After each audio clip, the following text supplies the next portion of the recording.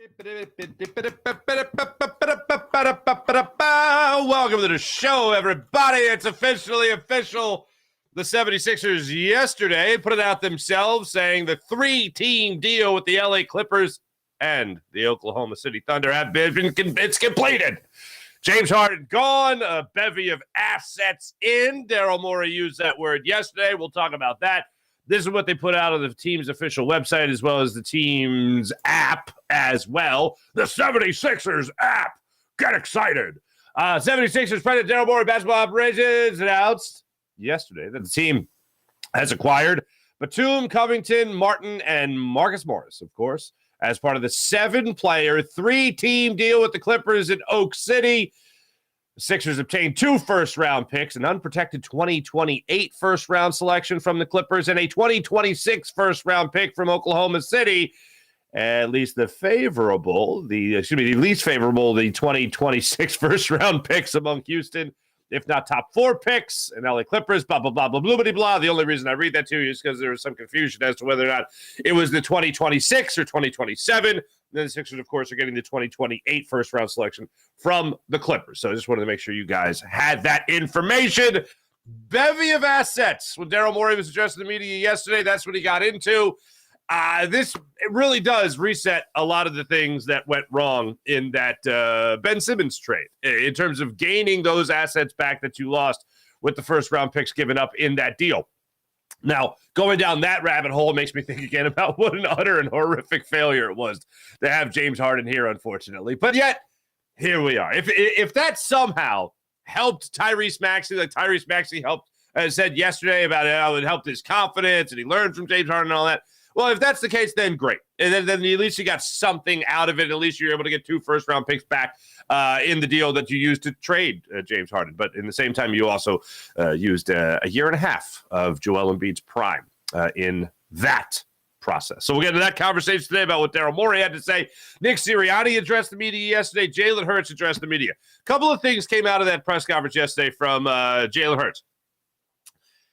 Don't ask him about the knee. That's one of them. Don't ask him about the knee. He's not talking about the knee anymore. Oh, boy, is he not talking about the knee anymore. I really have an issue, and this is why I like to play cuts as opposed to talk to you guys about specific things, because the way somebody says something matters.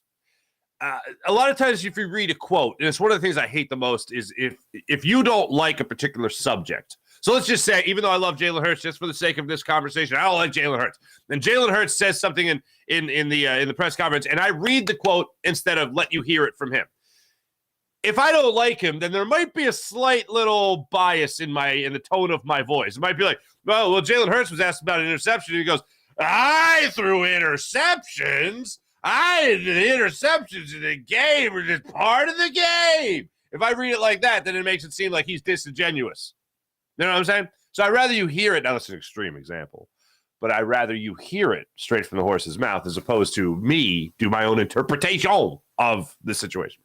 So this came up yesterday when he was asked about his knee, and Mike Sealski, friend of the show, friend of mine, asked a totally legitimate question, and then people started piling on him. How dare you ask him about his knee? I even then saw it. I watched it happen, and then a couple hours later, I think I had ESPN on SportsCenter, whatever it was, and it was in the crawl. It was Jalen Hurts like stomps away, ends press conference when asked about his knee, and that was not at all what happened. They did the announcement I'll get into it, but they did the announcement at the end of the press conference. They said, "Any more questions about two more questions? Two more questions. That's what 2 more questions." So I think it was Dave Zangaro asked the question, and then Mike Sealski just said, "Hey, Jalen, just how's the knee? Is that okay?" And Jalen laughed, scoffed at it, even if you want to say, and then didn't say anything, got up and left because it was the end of the press conference. It didn't storm off. Anyway, we'll get to that conversation. More importantly, we'll get to Jalen Hurts' passing numbers this year because this is one of the things that's incredible. Going into the season, I remember talking about this through various shows about how if Jalen Hurts was really going to get the respect around the league that he deserves, it's an unfortunate thing. Yes, you win a Super Bowl. That obviously helps. You win an MVP. That obviously would help. But in terms of the passing numbers, he wasn't going to get the respect around the NFL that he deserves unless his passing numbers were to improve. And this year, he's on a personal record-setting pace for what he has done as a passer. We'll let you hear what he has to say about that. when it comes to passing yards. Hopefully the rating gets up there. His rating is high enough. But also looking at the scoring on this offense, third best in the NFL, and he is leading that charge. That's another feather in his cap as well as the quarterback of this offense. But I'll let you hear from him about what he had to say about why his numbers have increased and what that says about him and what that says about his offense. Also, we got into the idea of taking on Dan Quinn again, and that Dallas defense, Micah Parsons as well. I found this to be an awesome story. Julio Jones, number 11, A.J. Brown, number 11. I didn't realize, and apparently A.J. Brown has talked about this before, so if he's talked about it before, I missed it, but I heard the question yesterday. I think it's from Zach Berman. And Zach Berman asked a question about Julio Jones and the importance of having him on this roster when a guy like A.J. Brown has looked up to Julio Jones and has wanted to be like Julio Jones, and what that number 11 means to Jalen Hurts as a quarterback. Really interesting story from Jalen Hurts yesterday that we'll get into. So we'll have some fun with that. The Flyers unfortunately lost. I warned you about this Flyers team. They'll suck you in and then they'll disappoint you. And Carter Hart takes a little bit of an injury last night, has to leave the game. We'll get into that conversation as well. But let me start off with this little nugget of information.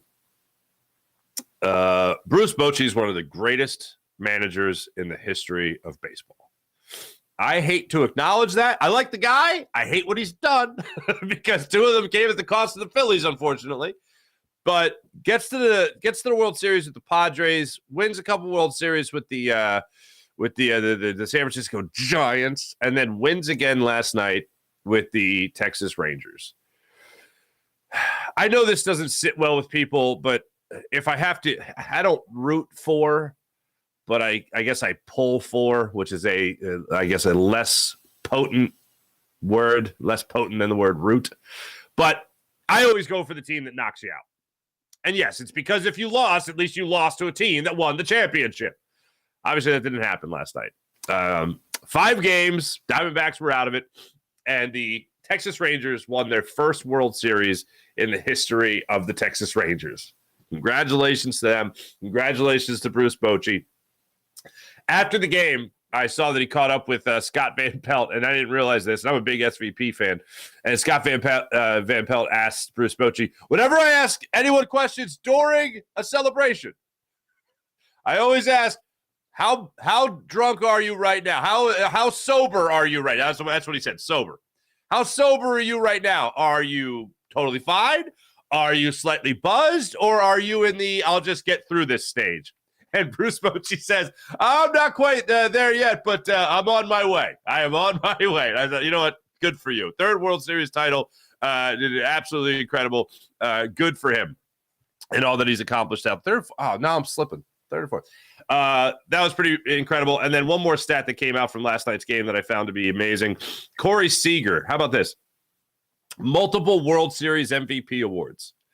Corey Seager joins a list of Bob Gibson, Reggie Jackson, and Sandy Koufax to win multiple World Series MVP awards. The award started, by the way, in 1955, just for those keeping track of all that type jazz. So congratulations to the Texas Rangers on winning the World Series. Still stings that it wasn't the Philadelphia Phillies, at least on that stage. Yes, I'd rather lose the World Series than lose in the NLCS. I know some people, why even get there? You're just gonna lose to the Rangers. Yeah, probably. But I'd still like to be at the dance, even if I never step on the dance floor. I'd still like to go enjoy a nice punch bowl. You know what I'm saying? So yeah, congratulations to them. Let's get into our Philadelphia Eagles. It is Dallas week. It doesn't feel like Dallas week. It feels more like what are the Sixers going to do? It's honestly, it doesn't have that same type of vibe, and I think it's because we have a buzzkill in the Phillies, unfortunately, and the biggest story of the week is a ginormous story. And I don't know if it was Daryl Morey. I don't know what if it all just happened, if all this is just a coincidence. I'm going to go ahead and say it's all a coincidence. But if you were going to drop a story to be very relevant during Dallas week, the James Harden story where he gets traded is a very relevant story to be talked about. I guess because of the Phillies and because of the Harden deal, it doesn't quite feel like Dallas week. And I'm trying to get into Dallas week. I'm going over notes, past games, and Jalen Hurts needs to beat Dak Prescott, needs to defend the home turf, needs to solidify the idea that seems to be 8-1. They can take their bye week and relax and enjoy every second of it. That's where I'm at right now at Dallas week. I have great anticipation for Sunday, but until then, And a lot is at stake. As I rolled out for you yesterday, the Eagles could go on their bye week and then they blink and they're in second place. That could happen if they lose this game to the Dallas Cowboys. First off, you got to deal with all the BS, all the off the field stuff about fans pounding their chest and all that stuff. I talked to you guys yesterday about Micah Parsons saying that he needs Dallas Cowboy Nation to rise up and really show up at the lake. And it's like, no, I don't think that's going to happen. That's never happened. That's never happened. Never see that. Oh, that was Cowboy takeover. Never happened. So I found that to be, like I said yesterday, adorable. But now with this, now with these two teams here vying for the top spot in the NFC, vying for the top spot, obviously, in the NFC East, there's a lot on the line in this game. The Eagles, I saw this yesterday, and I credit our friend Kevin Nagandi of ESPN, Temple grad. I credit him with this. This Eagles game, or this Eagles stretch, the schedule that they have in front of them, is the hardest stretch of the entire season for any NFL team. That puts even more importance and onus on this game, this Week 9 matchup in South Philadelphia at 4:25 on Sunday against the Cowboys. And I do not doubt for a second that the Eagles understand this. But if you see this game kick off on Sunday, this is where I am on this Wednesday. Excuse me, this Thursday. Here's where I'm at. I'm at a spot right now where this Philadelphia Eagles team, if they start out slow, I feel like they're going to get buried. I don't see the comebacks happening. They have won 6 straight games where they've trailed by double digits, and they've been able to fight back in every one of those games, which is incredible. But right now, I don't see the Dallas Cowboys being a team that is going to surrender the type of points in the second half that other teams have allowed the Eagles, like the Commanders in both those games, the LA Rams playing them earlier in the season. I don't see the Eagles having the ability to fight back against this defense in the second half. And as much as I want to be, all happy and optimistic, if they start slow, if they turn over the football on the 3-yard line, if they turn over the football on the 1-yard line, and Dallas takes those opportunities, they're going to march down the field. They're going to be able to score points. They're going to be able to stop you from scoring points in a very general sense here.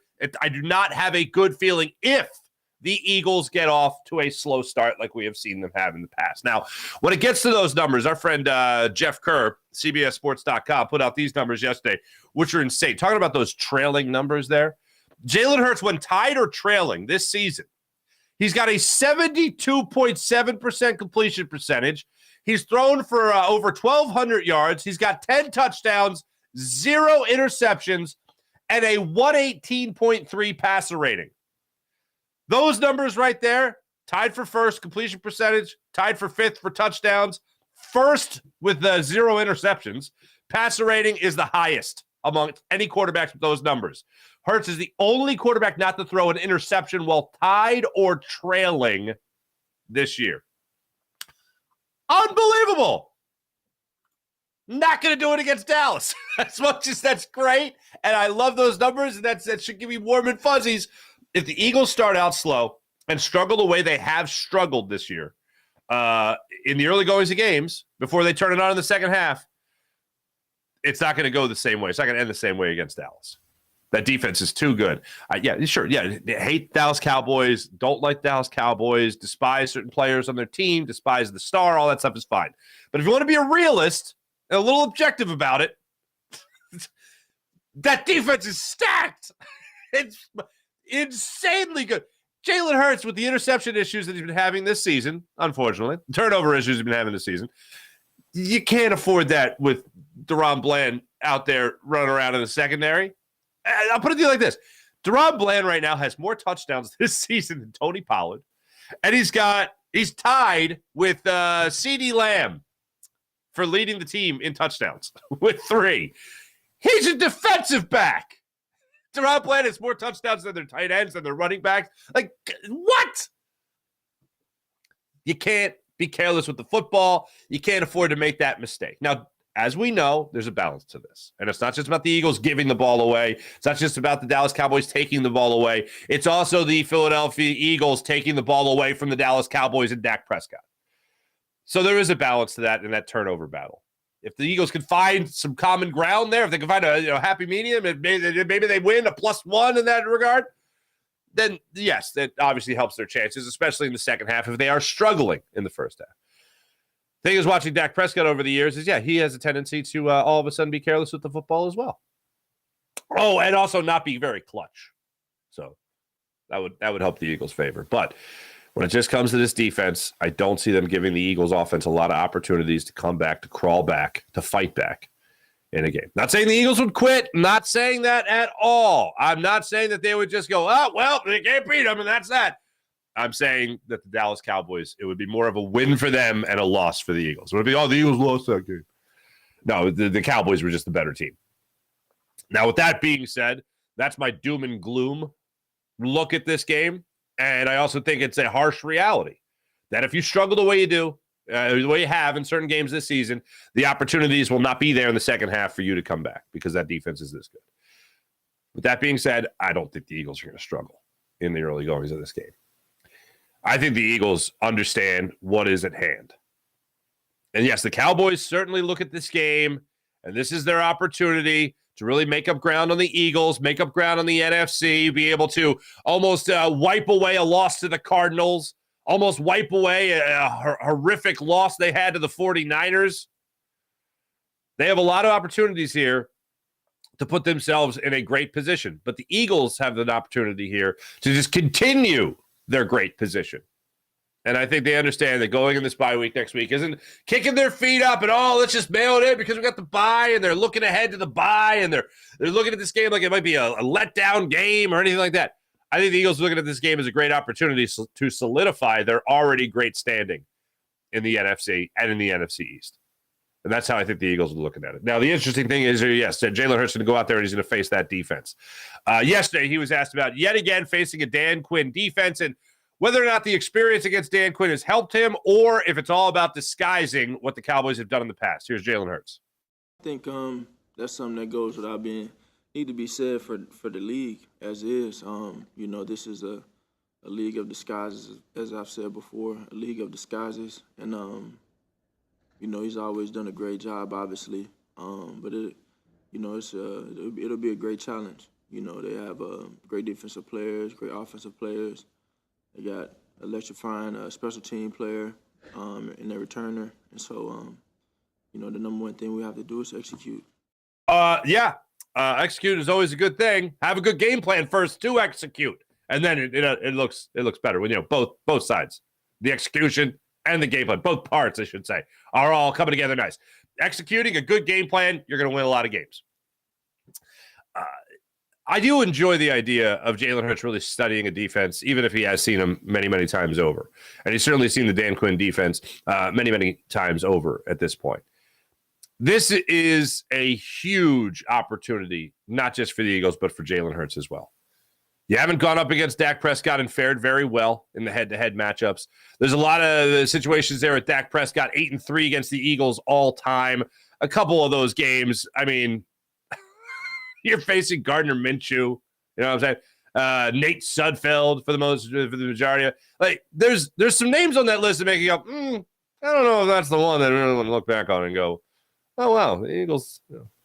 Dak Prescott put feather in his caps, beating Gardner Minshew. The Jalen Hurts versus Dak Prescott battle, South Philadelphia, it's set up, and I think as of right now, you look at a situation where the Eagles need to handle that business. And they look at Jalen Hurts as the guy that is going to lead them through that business part of it. I mentioned the passing numbers now with Jalen Hurts. Just to give you the numbers against the Dallas Cowboys in his career, Jalen Hurts, not exactly his best numbers. In 4 starts, in 4 games against the Dallas Cowboys, he's just 2-2 on the season with an 85.1 passer rating. Not great. And he's thrown 5 touchdowns to 4 interceptions. This would be a good opportunity for Jalen Hurts to jump out and put up some phenomenal numbers here, despite the fact he's going up against a great defense. I don't need a 300-yard passing game. I don't need a 4-touchdown game. I don't need him to win Offensive Player of the Week again. I just need him to win, baby. Be in a position. I'm gonna use a line from Jim Valvano, and yes, we're gonna talk about Bobby Knight a little bit later in the show. But Jim Valvano talked about being in a position to win at the end. So if you're a coach, that's what you always ask of your team. Just be in a position to win at the end. Even if you're not winning, 2 minutes left, whatever it might be in a position where a couple of plays go your way, a play goes your way, and you all of a sudden find yourselves leading on that scoreboard.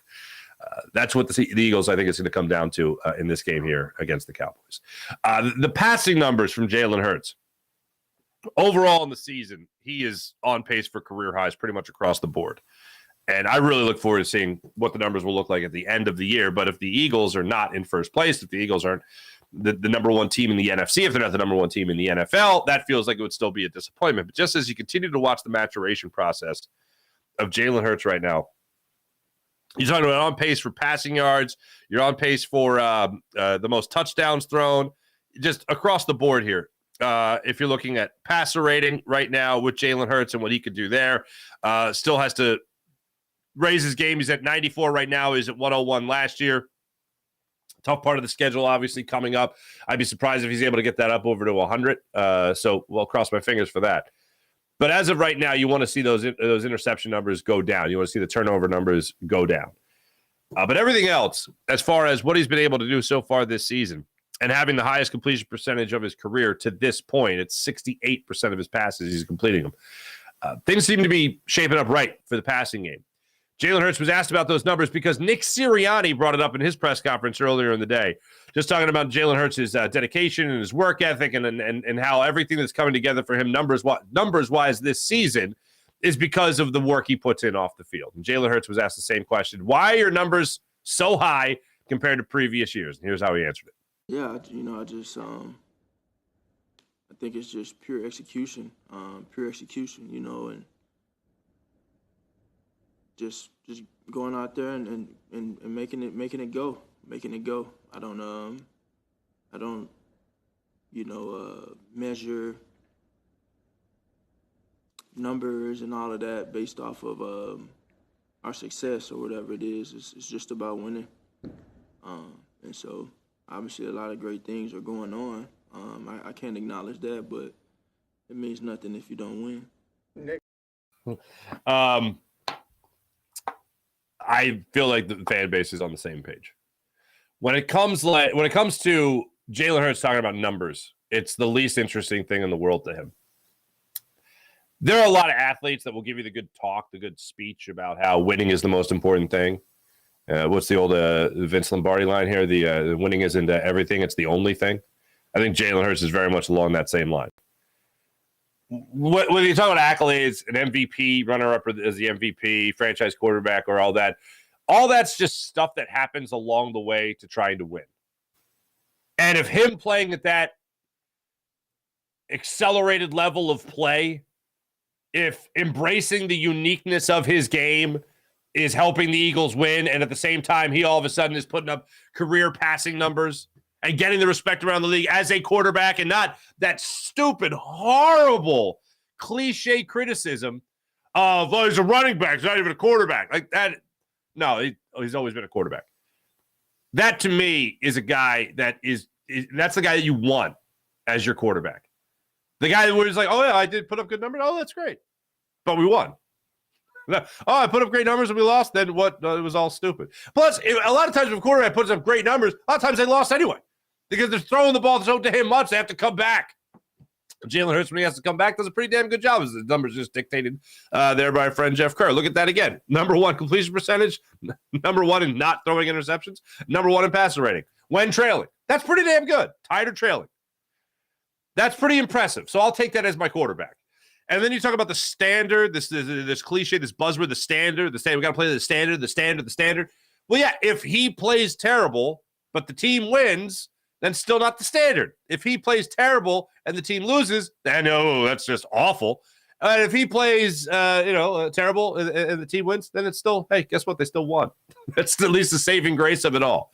The bottom line is you're never satisfied. No matter what formula you throw out there for Jalen Hurts, good or bad, win or loss, you're just never satisfied. I guess unless you win the Super Bowl while being the MVP, then I guess he could have, what does he get out of that? Does he get like a couple hours of satisfaction? Does it take a week? Does it take a month? Or is it just right into, yeah, it happened yesterday. Now you got to do it again. Something tells me his demeanor, his attitude would be along those lines. That's great. Let me just do it again next year. Bask in it. Bask in your achievement. This is an awesome story. Like I said, if I miss this, then Miss Kuzi. I apologize for missing it. But I didn't hear A.J. Brown talk about, I knew he was friends with Julio Jones. I knew he looked up to Julio Jones. I just never put it together that he's 11 essentially because of Julio Jones. So Jalen Hurts gets asked the question yesterday about A.J. Brown saying the importance of number 11. And it turns out that A.J. Brown was talking about the relationship he has with Julio Jones. And then Jalen Hurts was asked about what he sees when he sees number 11. And A.J. Brown turning into as clutch a receiver as Julio Jones was, especially when he was with the Atlanta Falcons, wearing that number 11. And here's the way Hurts answered the question. That's a tough one to answer, considering Julio's been doing this for a long time, and he's still doing it at a high level, but it's different times. And so I definitely caught a flash in that moment. More so of a thing of, when you think Julio Jones is on your team, you think number 11. That's how my mind processed it. And so when I saw number 11 running, that's what I saw, or at least that's what I wanted to see, I guess, or imagined. I don't know. But they're two great receivers, and I know AJ has a lot of respect for him, a lot of love for him, and in many ways he has molded him as he's been someone AJ has looked up to for a long time. And to see their companionship and their friendship now is great, and it's great for our team, and it's great for the room. You gotta love that from your quarterback, that there's a history there when it comes to A.J. Brown and Julio Jones. Guy looking up to one, now the other one being the elder statesman as far as the level of play goes, about being a veteran leader in the locker room and all that. And then A.J. Brown all of a sudden set NFL records. As great as Julio Jones was, and as good as he is now, A.J. Brown in this sixth consecutive game of 125-plus yards, I mean, that is the nth degree of consistency. No one's ever done that in the NFL. No one's ever done that in the history of the NFL. In the pass-happy league that we've been watching for 20 years, even in that, no one's done that. Tom Brady in the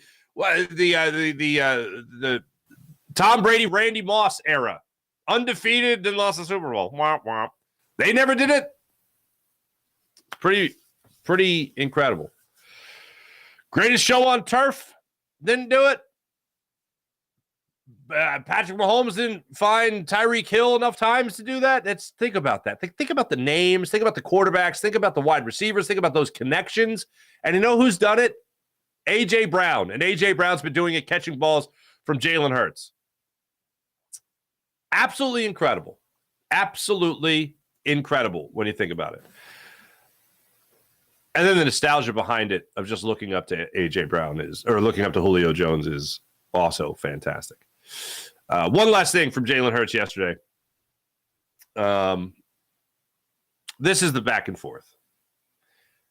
I don't understand people that know Jalen Hurts has a knee issue, saw Jalen Hurts hobble up the field in the second half of the game against the Commanders, dragging that leg, know he was wearing a knee brace, have watched Jalen Hurts this year, and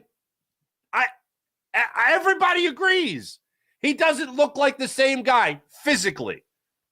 Doesn't look as fast, doesn't look as quick, doesn't look as agile, all that stuff. Everyone's on the same page as all this, yet people say it's a non-issue. Yes, because they're 7-1, fine. It hasn't been an issue. But I am still concerned about it. I don't care how much Jalen Hurts, you'll see in a second, scoffs at it. if the franchise quarterback of my football team, the football team in my city, is hobbling, has to wear a knee brace, has acknowledged the knee issue, then it is a concern. I don't give a damn what the record is. And the media's job is to get information.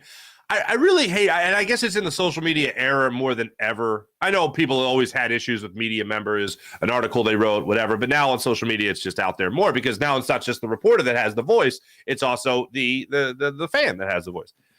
And objectively looking at this, Mike Sielski did his job yesterday. I have no issue with him asking the question.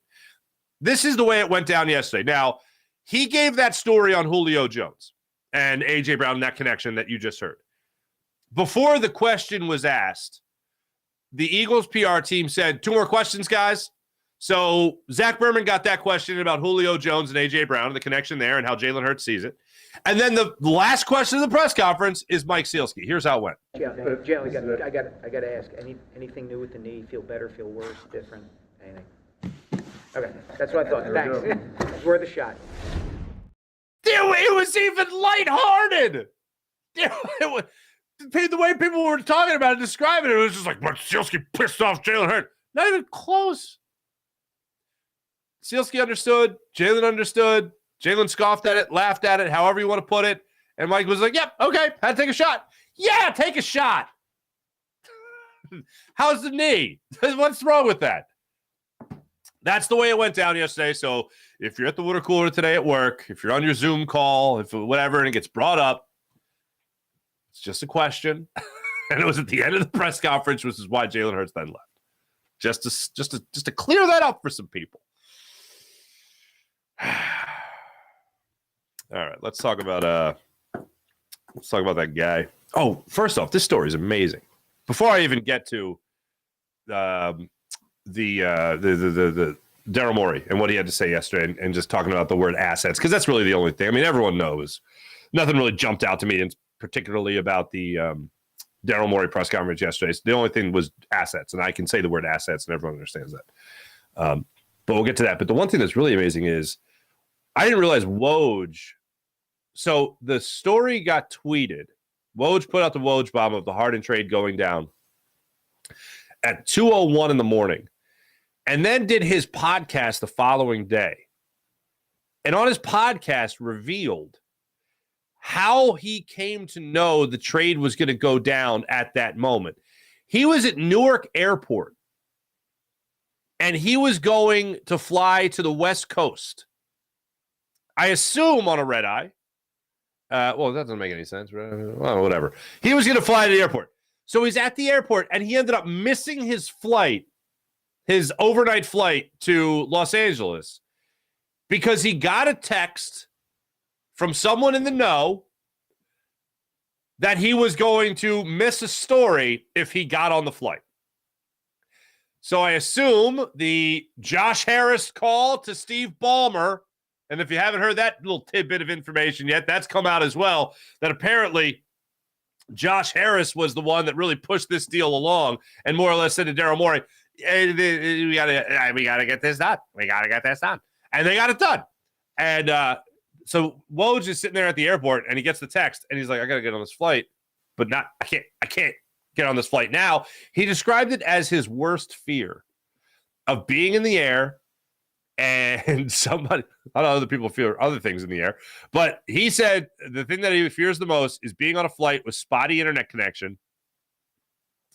And he misses a story. So he just stayed at Newark Airport on the ground, stayed there, watched the place close, watched the place reopen while he was hammering out James Harden trade information. Now, a lot of people posed it as he did it to beat Sham. Yeah, sure. He did it to be the best at his job. That's the way I look at it for him. But I'm just thinking about Woj and all the connections he has. And then I was thinking about Woj and whatever airline he's flying with spotty internet connection. Doesn't matter. Every airline and the internet is down this flight. Like, it's just every flight has like that. So Woj stays at the airport to make sure that he gets the story out there, which is fun. So this is why we woke up to it. I woke me up 2:01 in the morning, my phone went off, and I went, what the hell? And okay, all right, interesting. Finally, and then I had a dream that Terrence Mann was in involved in it, but he wasn't. Wah, wah. So that's that. But so Daryl Morey's addressing the media yesterday, and he talks about the word assets. I know that brings a lot of people back to Sam Hinkie being here. Sam Hinkie, of course, protege of Daryl Morey. But the interesting thing that comes out of that is the reset button. That's what comes out of it. And I know some people mock the idea of it being a 2028 draft pick, first rounder. I know some people mock it being a 2026 first rounder. Those are things that are not to be scoffed at. Those are great things to have for this organization, because that doesn't mean that the Sixers are sitting on their thumbs thinking, all right, we'll wait for 2016, 2018 for that pick to matter.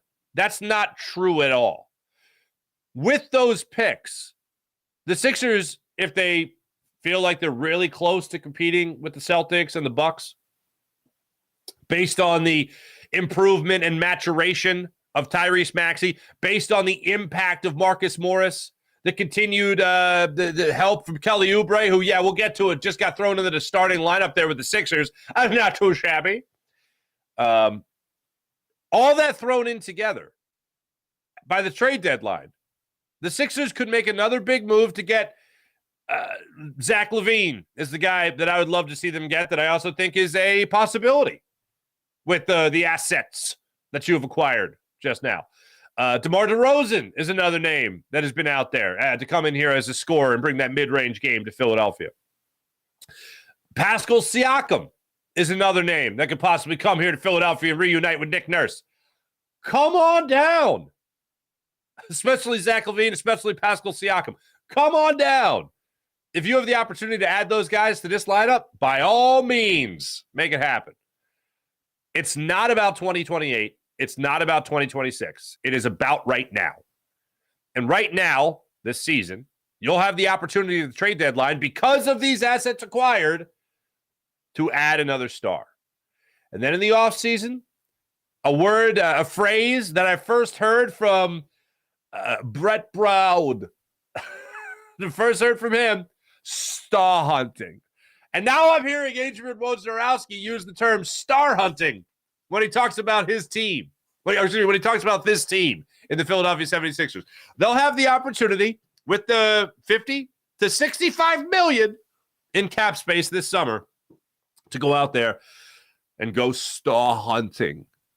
The Sixers is star hunting. My Brett Brown has slipped in recent years. But that's where we're at right now. With the assets you have now, you have the ability to do that. And it's been a minute since the Sixers could say they had enough capital, assets, capital, whatever, to be able to go out there and do that. I got to say, though, and perhaps I'm just hyping myself up, but I think Tyrese Maxey, there's a possibility that I have been lowballing Tyrese Maxey by saying all-star. You score 30 points a game, all-star is low. You continue to mature in this offense, you continue to be that 1-2 punch. Sure, you're gonna be in the shadow of Joel Embiid. He's the MVP.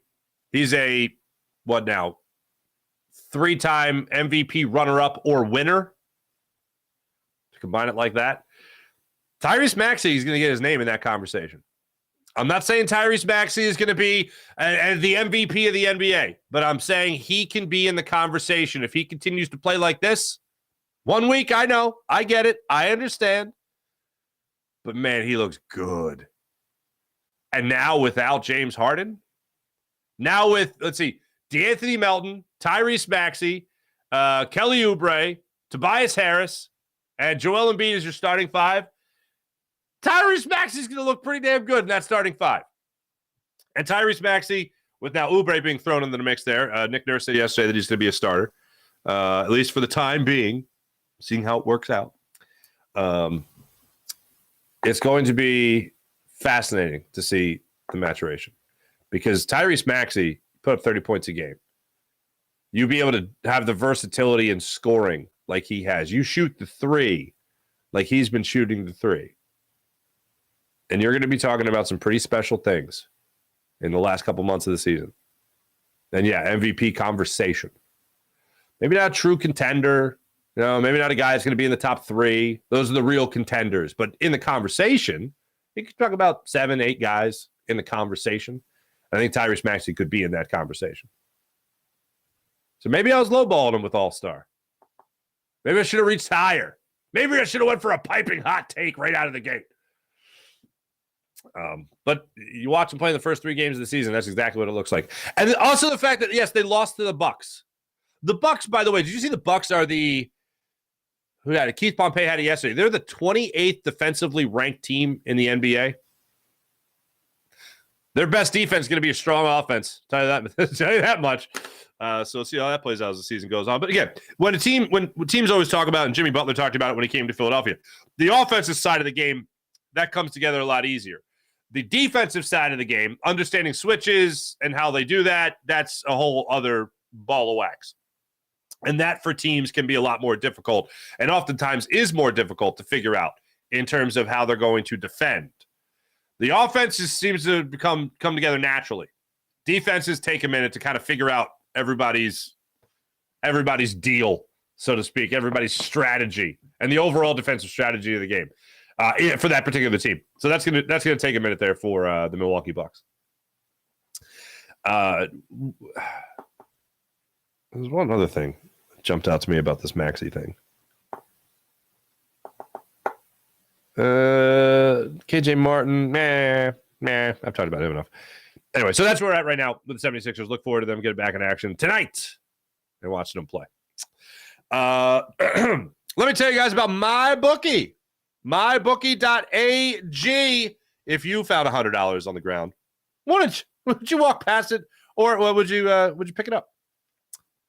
Because you're not going to pass on that opportunity. Just like you shouldn't pass on the opportunity to use promo code Farzy right now at MyBookie. MyBookie.ag, the biggest online selection of odds and contests to fill all your sports betting needs anytime, anywhere, so you can turn that sports knowledge into cold, hard cash in your wallet. Bet on the NFL, MLB, for next year maybe. And also make sure you play and share big cash prizes for weekly blackjack tournaments as well. If you've been waiting for the right time to get in on all the action, then the time is now to make your money move today. Make your money move for you today. Skip or sign up for MyBookie and use promo code Farzy. That's promo code Farzy, and claim your deposit match redeemable up to $1,000. What? Again, that's promo code Farzy to claim your bonus. Experience the thrill of sports betting right from the comfort of your own home. Bet on anything, anytime, anywhere with MyBookie. Hey, before I get to the chat check, I left this out. I want to make sure I get these 2 things in there. Number 1, the injury report. I don't put a lot of stock into the Eagles injury report when it comes out after a walkthrough. However, I put a lot of stock in the fact that Jalen Carter was a full participant.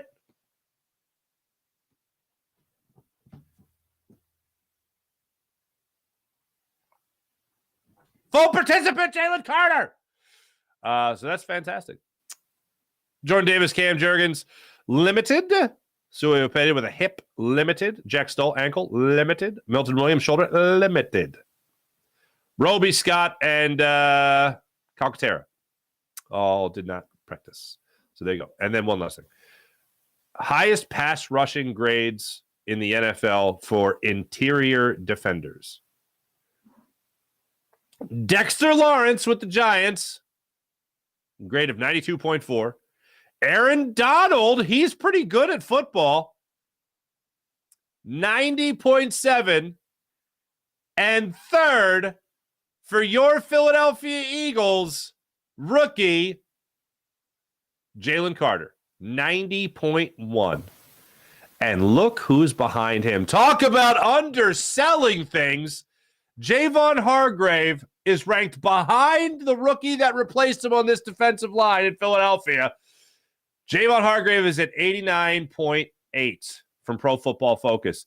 So I had talked about Tyrese Maxey, and maybe I undersold him on saying, oh, just be an all-star. Just be an all-star. It'd be great.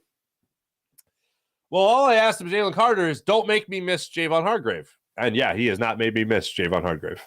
I'll say that much. So that was love seeing that yesterday from Pro Football Focus. All right, now let's get into the chat check and see how you wonderful people are doing on this fine morning.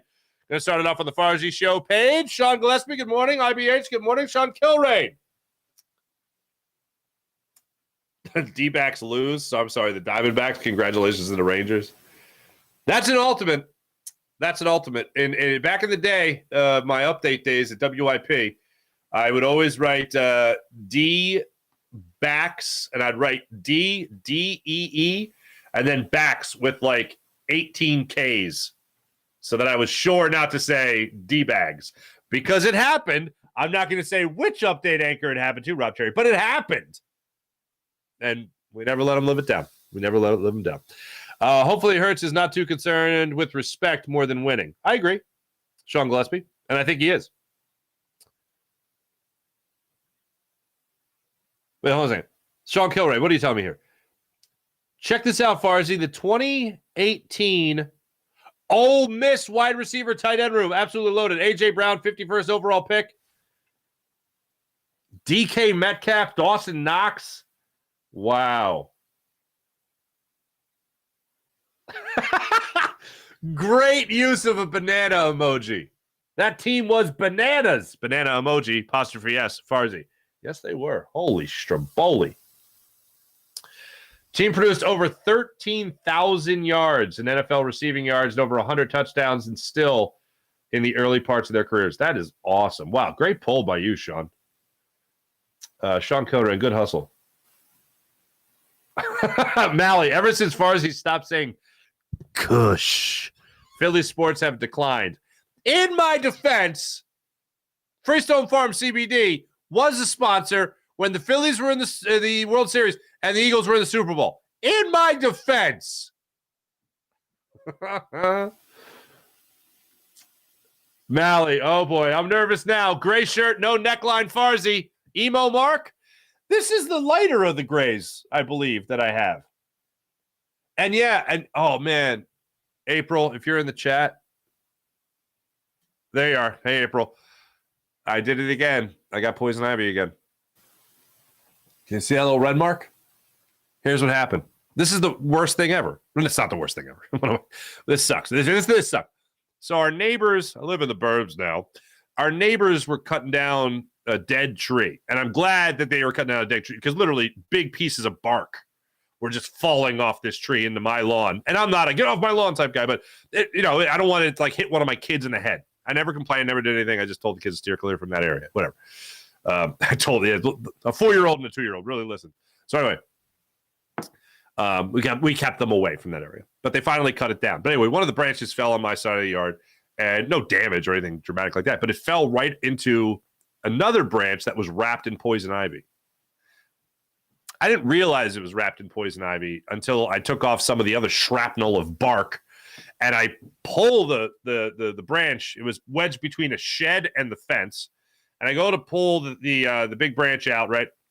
And as I'm doing that, one of the other branches snaps and flings a vine of poison ivy whoosh, right across my neck.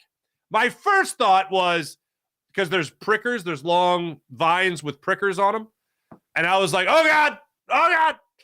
And it wasn't that. There was no blood like that. But it went across. I'm like, oh, I'm sure it's fine. I wipe it off, try to wipe off my neck a little bit, right? Go inside, shower, right? Scrub the neck. And then that night, was I watching the Sixers opener? I think I was watching the Sixers opener, and I'm scratching my neck. And I go, scratch my neck again. I go, oh, no, stop scratching your neck. You didn't get it all. And so that's what's going on right there. So the neckline, I feel like if I have it like that, first off, the plunging neckline, I think just shows it off more. I know you guys like it when I show you the goods, but it's a family program. To the people on the podcast, I bet right now you've never been happier than to just listen to the podcast. Glad you're not watching. So yeah, that's why I got the neckline going. All that to tell you that's why I'm not going with the plunging neckline today, Mally. Sean Cody, what's going on? Let's bleep and go Sixers. Absolutely. Texas Rain. I said so. Texas Rain dancing on their own. Congrats to land saving Philadelphia. I'd rather the Diamondbacks have won it. Truth be told, Zach Gallen had like a no-hitter going into the 7th inning or some jazz like that. That's pretty insane. Mia Sanchez, they throw a song, the trash. Yeah, I'd never want to hear that song again. Happy too that the Diamondbacks lost the World Series. See, I told you I was in the minority. No one ever wants the team that beats them to win the World Series. I prefer it. Mia Sanchez, I agree, Sean. A new song for the 2024 Phillies. Or no song at all. The 2017 or the 2007 to 2011 Phillies didn't have a specific hype song. You're right, they didn't. April, good morning. Hurts' knee should be a concern, especially against Dallas. Reporter doing his job. I concur. Thank you, Sean Gillespie. Jason A, good morning, folks. Hype for our new Sixers. I'm hyped for our new Sixers, man. I still don't think they're better than the Celtics. I still don't think they're better than the Bucks. But I'd like to see it play out. I don't think they're far behind. It all comes down to whether or not Joel Embiid shows up. And maybe Tyrese Maxey taking over a more star role with this team will certainly help that.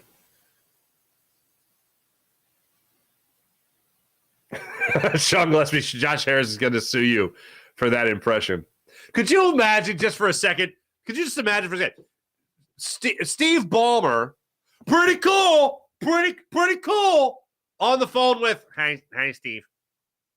Hi, Josh. How are you? I'm fine. I was just wondering if you can please make that trade? I don't know if I'll make a trade. If you can just make the trade, that would be really fun. Okay, we'll make it happen. Okay, thank you. That really helped me. And scene. Thank you very much. I want DeRozan. He's a complete player, Farzy. Sean Kilmer, he is. Not going to lie, it made me so happy to see the Rangers celebrate on the D-backs field. D-backs field. Very nice. Mark, I'm buying you gardening gloves for Christmas. I have gloves. I was wearing long sleeves. You know what I wasn't wearing that I wish I was? A turtleneck. That's what I wish I was wearing. He needs a hazmat suit. Yes, I do. Thank you, Sean Gillespie. Yeah, so it's still healing on my arm. Can you see that? That's from the... I just gave everybody the finger. It's still healing on my arm from when I had it in the early days of the summer. My daughter, Lil Toots, calls it chicken arm. I swear we feed her regular chicken. I don't know why she associates chicken with poison ivy, but I don't know. So literally, she goes, yesterday, I'm putting in her car seat. She goes, Daddy, you have a boo-boo on your neck. And I go, I know, sweetheart. I got poison ivy again. And she goes, chicken neck? I don't know why that is her connection. Who knows how kids think of this stuff, but that's her connection. The hazmat suit is pretty damn funny. I do have a onesie. I do have one of them. What do they call them, Johns? What do they call them? I forget. The tuxie. The tuxie. The tuxie one-piece jumpsuit. It's great for doing work out back. Plus, ever since being a dad, ladies, just embrace me for a second here, okay?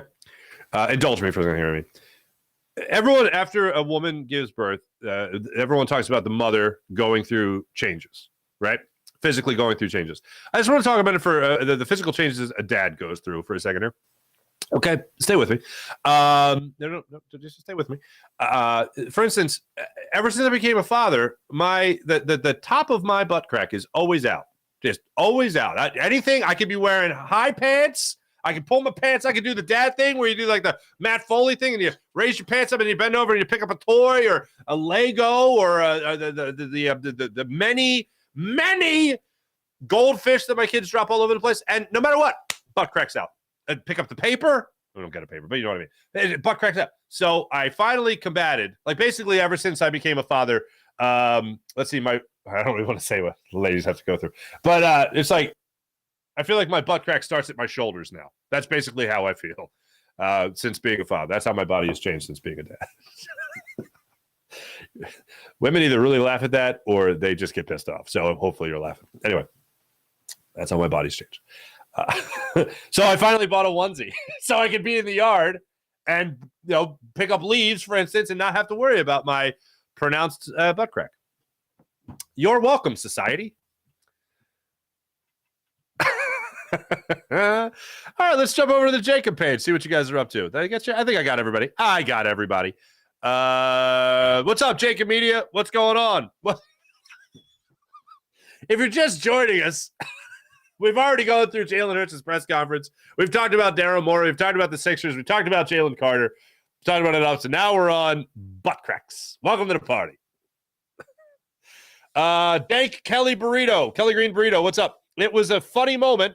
He has like the 10th pass attempts. Okay. 10th most. Yes. Jalen Hurts. Yes. Doesn't feel like Dallas week to me, as we were saying earlier. Doesn't feel like Dallas week. Doesn't feel like that's Dank Kelly Green either. I think it's just business as usual, and I have a lot of confidence that they'll win this game. I got confidence the Eagles are going to win this game too. Tomorrow, I'll give you my optimism. Today, I gave it a doom and gloom leading into the game. Friday, I'll give you my optimism.